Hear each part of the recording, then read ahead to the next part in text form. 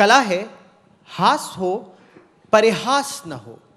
क्या नहीं, परिहास तो हो, हास और परिहास अलग चीज, उपहास न हो जी। तो क्या ऐसा हो रहा है कि किसी एक धर्म विशेष का उपहास अगर हो तो लोग आहत हो जाते हैं, और क्या कलाकारों को इससे बचना चाहिए कि हास परिहास हो, उपहास न हो? देखिए, एक होता है कला में, जब आप बात कर रहे हैं कला की, जब हम पूरे फलक की बात करते हैं तो कला क्या है? आपके 6 रस होते हैं, आपके 9, अभी उन्होंने कहा 9 रस हो गए हैं, फिर उसमें भाव होता है, विभाव होता है, अनुभाव होता है, आलम्बन होता है, विपन्नन होता है, उन्होंने कहा दैहिक अभिनय भी होता है, आंगिक अभिनय भी होता है, वाचिक अभिनय भी होता है, भाविक अभिनय भी होता है। तो कई किस्म की जो तमाम चीज़ें होती हैं, और जैसा कि अभी आपने ही चर्चा की शुरुआत में कहा कि कला क्या है साहब? रिफ्लेक्शन है समाज का, तो प्रतिबिंब है। तो प्रतिबिंब क्या काम करता है? प्रतिबिंब ये काम करता है कि बिंब अपने आप को आईने में देख ले, और अगर उसको लग रहा है कि यार बाल ठीक नहीं है, बटन खुली है, और उसको लगता है कि लगा लेनी चाहिए, तो वो बटन लगाने का काम कर लेता है। तो प्रतिबिंब को प्रतिबिंब रहने दें। और दूसरी चीज ये है असहमति, विरोध और वैमनस्य।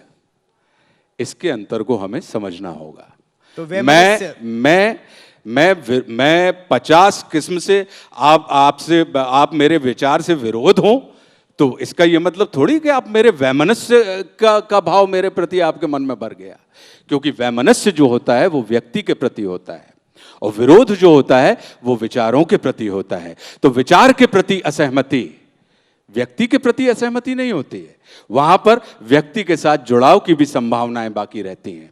जैसा कि हमने एक बार आपसे ही चर्चा करते दौरान कहा था कि मां कह देती है, जिस मां ने 9 माह गर्भ में रख के बच्चे को जन्म दिया, लालन पालन किया, और उसने कहा कि इससे अच्छा तो यह मर जाता, तो क्या मान लें? लेकिन जब उस बच्चे को बुखार आता है तो वो मां रात भर ठंडे पानी की पट्टी लेकर उसके सिरहाने बैठी रहती है। तो इस बात को हमें भी समझना होगा एक समाज के रूप में कि हर चीज, ये चीज नहीं होती कि हर चीज आपको शूट करने के लिए कही गई है। आप मेरी बात से असहमत हो जाइए, मुझे गाली दे दीजिए, ठीक है साहब, दे दीजिए गाली। आपके पास जो है आप वह मुझे दे रहे हैं, ये मेरा दायित्व है कि मेरे पास जो है वो मैं आपको दूं। क्यों? क्योंकि शेर दहाड़ता है, हाथी चिंगाड़ता है, कुत्ता भषण करता है, और मनुष्य भाषण करता है।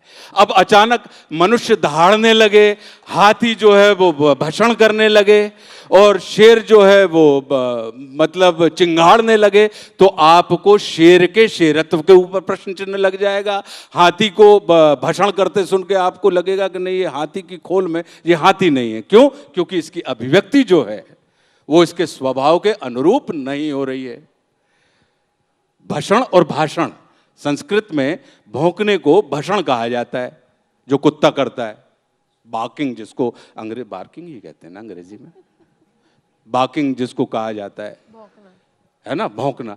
अब उसमें सिर्फ एक आ की मात्रा लगा ली तो वो मनुष्य के हाथ में है, भाषण। मतलब भाषण क्या होगा कि तथ्य और सत्य के साथ, पूरी जागरूकता के साथ मैं आप तक अपने मन की बात रख रहा हूं, त्रिकाल सत्य नहीं रख रहा हूं। ये त्रिकाल सत्य यूनिवर्सल ट्रुथ नहीं है, ये मेरा सत्य है। कैसे मेरा सत्य है?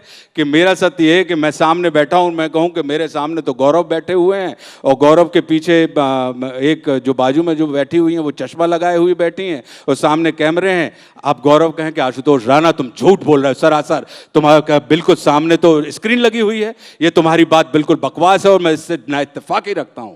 तो मैं ये कहूंगा कि गौरव, आप जो बोल रहे हैं वह भी सत्य है, और मैं जो बोल रहा हूं वह भी सत्य है। आवश्यकता है कि अब एक दूसरे के सत्य को अगर हमें जानना है भाई, तो मुझे आपके सामने नहीं, मुझे आपके साथ में खड़े होना पड़ेगा। जैसे ही मैं आपके साथ में खड़ा हो जाऊंगा, मैं कहूंगा कि गौरव आप सत्य कह रहे थे यार, स्क्रीन लगी है, और आप मेरे साथ आएंगे और आप कहेंगे कि यार आशुतोष आप सही कह रहे थे, सामने वो महिला बैठी है, ऐनक लगाए हुए हैं, अच्छी लग रही है, सामने कैमरा है, वो भी बैठा है। तो कहने का अर्थ है कि जब हम आमने सामने खड़े हो गए और दोनों लोग क्यों?